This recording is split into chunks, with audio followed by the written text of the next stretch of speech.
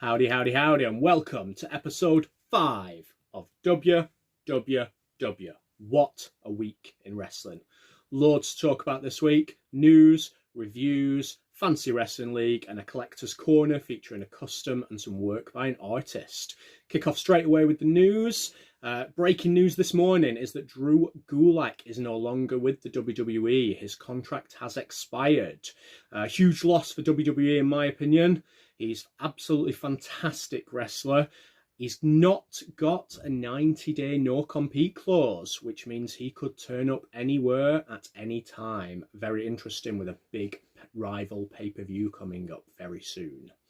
WWE have produced a survey asking whether we would like to see wrestlers in the crowd. We all know what a survey means. A survey means they've already made up their mind and they're just wanting some justification for it. So expect to see wrestlers in the crowd in some way. It'll be very interesting to see if they do it exactly the same as AEW have done or whether they structure it differently.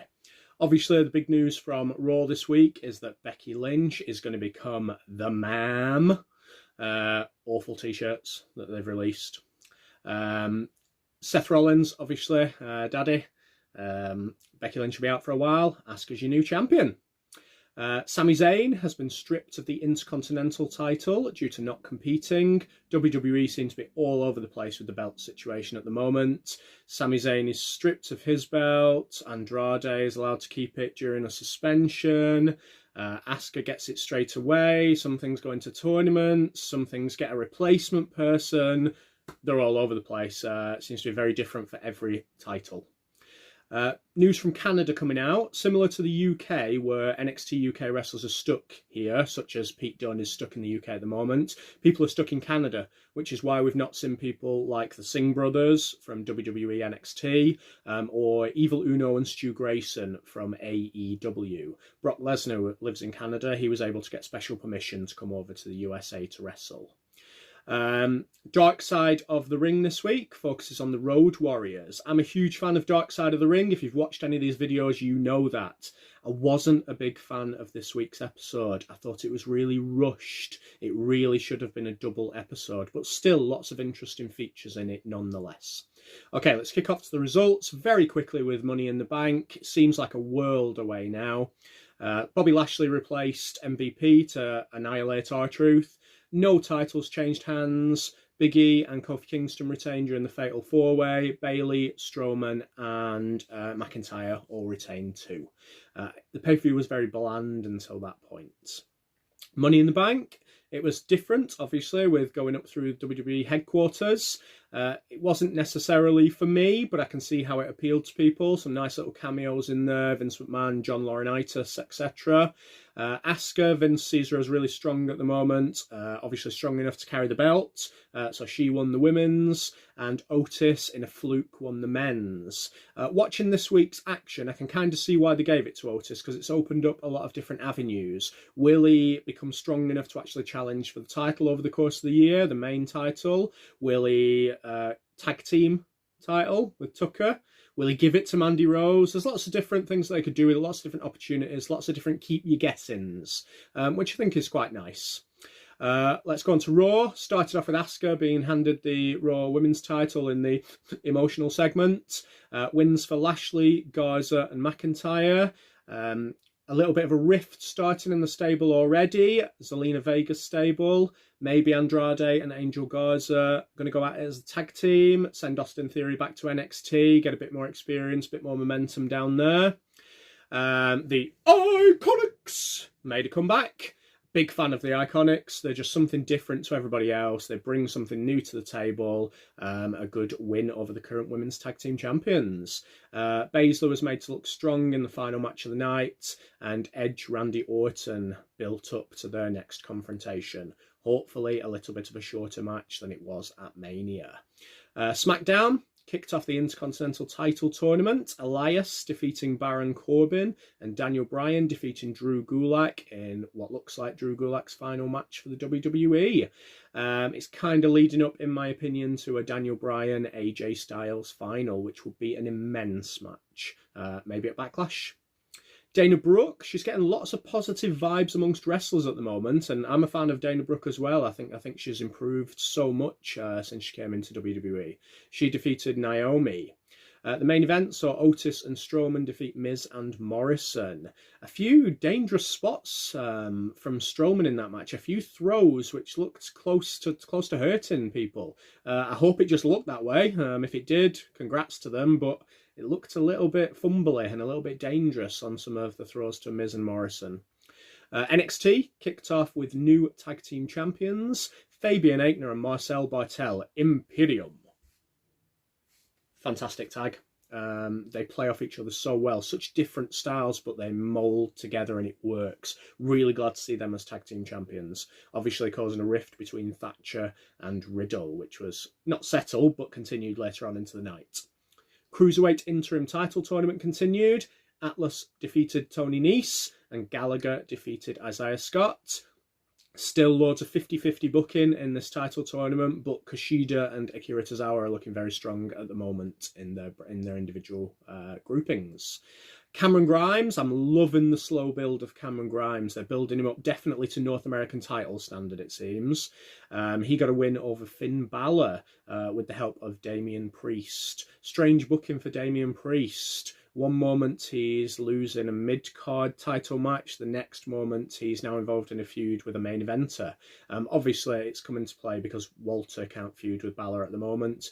But whether Priest is the right man, I don't know. It ended with Matt Riddle rolling up Timothy Thatcher and then getting a beat down. AEW Best Friends defeated Jurassic Express. Lots of interference from people involved in the casino ladder match coming up at Double or Nothing. Hikaru Shida won the Fatal 4-Way to become the #1 contender for the women's title. We spoke last week about who it'd be. It seems like they're continuing the role for Shida. Wins for Omega and Hardy, MJF and Jericho. And in the main event, Mr. Brody Lee defeated Christopher Daniels. Again, lots of interference in that match too. It's all building up nicely for Double or Nothing. Let's have a look at the card so far for Double or Nothing. So the Elite and Matt Hardy are taking on the Inner Circle. Should be a nice little 5-on-5 match, that one. Private Party against Best Friends in a #1 contenders match for the tag team titles. I'm assuming Best Friends are going to continue their role, but that has the makings of being match of the night for me. It should be a great match. Britt Baker versus Chris Statlander. I don't know who they're going to go with on that one. I suppose it depends on who's going to win the other match. The other match being the women's title match, Nyla Rose versus Hikaru Shida. MJF against Jungle Boy. MJF, nice comeback. I can kind of see a Jungle Boy victory here. It would keep a little bit of a feud going for MJF with the Jurassic Express and might open up a Luchasaurus Wardlow battle. The Casino ladder match now has 7, I think, of the 8 contenders to become #1 contender for the world title. We've got Darby Allin, Colt Cabana, Orange Cassidy, Rey Fenix, Scorpio Sky, Kip Sabian and Frankie Kazarian. So interesting to see who that last spot will belong to. And obviously the final match of the night for the AEW World title is Jon Moxley versus Mr. Brody Lee. They've built Brody Lee up to be very, very strong over the past few weeks. They needed to do it and they need to do it quickly. And they have. Fair play to them. That should be a really good event. Looking forward to it. Okay, on to Fantasy Wrestling League action. Stats. Who is the star of the week? Who's the star of the month? Who's the star of the year so far? So the man of the week is Otis. He has scored 11.18 points per million that he's worth in the Fantasy Wrestling League.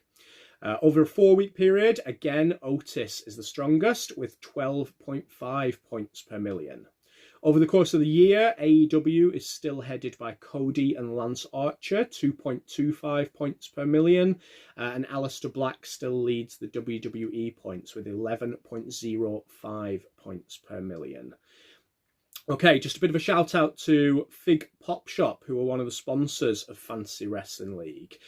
They do Elites, Basics, Pops, Battle Packs, and some other Marvel type stuff as well. They're main sponsors of the Fantasy Wrestling League, and whoever wins our Perfect 11 competition, if anyone wins it, will get a full set of whatever the next elites are out when they win it. Obviously, shops at the moment haven't been getting their deliveries through the crisis. Fig Pop Shop are due a delivery very, very soon. Keep an eye out on it. Okay, Collectors Corner. The first one is a job lot that I picked up. Some lovely figures in there. A really nice Elite Andre the Giant. A Brody Lee, well, a Luke Harper figure, which can easily be customised into a Brody Lee. It's quite a nice one and probably the most similar to his current look. So they'll be going on my eBay very shortly. I raided Euroshop this week. They had a bit of a sale on belts, and the belt that I picked up was a mini belt. Really liking the mini belts. And it was the Blue Winged Eagle belt, held by the Warrior, Ultimate Warrior. Beautiful belt. I think these bits might be a bit too big. They could do with making this middle bit a little bit bigger on them, but still a beautiful belt. Okay, I'm going to showcase one of my customs. I've managed to get a lot of parts and a lot of bits to create a new one, so this one's going to be going up for sale. And it is Dr. Death Steve Williams, complete with the robe he wore in his kind of 1990s WWF Brawl for All type run. Lovely figure, got the decal details on the boots and things like that. So that will be going up on eBay shortly as well. The final bit of Collector's Corner is a little bit of art from one of our Fantasy Wrestling League members, Adam Evans Pringle. You'll be able to see the details of his website on screen. And he's sent us some lovely Undertaker art representing the kind of WrestleMania vibe of the Undertaker. So I'll try and bring it a bit closer. You can see the Giant Gonzalez, you can see Jake the Snake, Superfly Jimmy Snuka, Diesel, Big Boss Man. A lovely bit of art on here. I've managed to get hold of 2 copies. Thank you, Adam. One will be staying with me and one will probably be given away in the Fantasy Wrestling League. Do you want to showcase anything? If you do, get it sent to me. Get in contact with me and get it sent to me. I won't be able to send it you back, but if you want me to showcase on it on here, fair play. And then it will either go in my collection or obviously given away in prizes in the Fantasy Wrestling League. That is it for us today. The next time you hear from me will be next week. We'll be talking about Double or Nothing. Hopefully that final contestant in the casino ladder match will have come into play. Okay, see you next week.